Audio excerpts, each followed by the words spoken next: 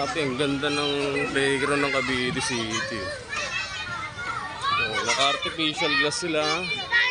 May mga obstacle course na pwedeng gamitin event. Pwede mag-duyan-duyan, mga maliliit lang. Huwag lang mga malalaki. Diba? Ayan, ang ganda. Ang ganda ng Cavite.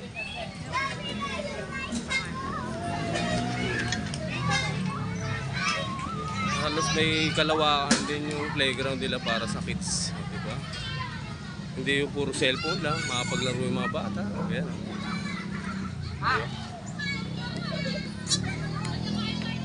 Iba ang galing ng Cavite City. Masyadong ginalingan. Galing, linis pa bago may mga puno. O, diba? Okay na okay. Mag-enjoy mga kids natin dito. Ayan, no? Mga obstacle course, so, diba?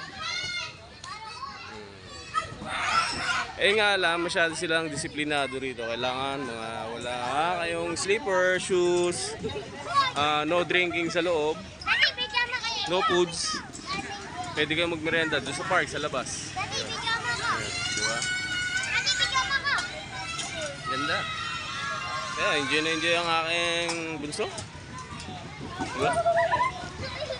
Galing. Galing talaga. Wala akong masabi. 1 to 100. Score ko 100. Wala sinayang. Very good.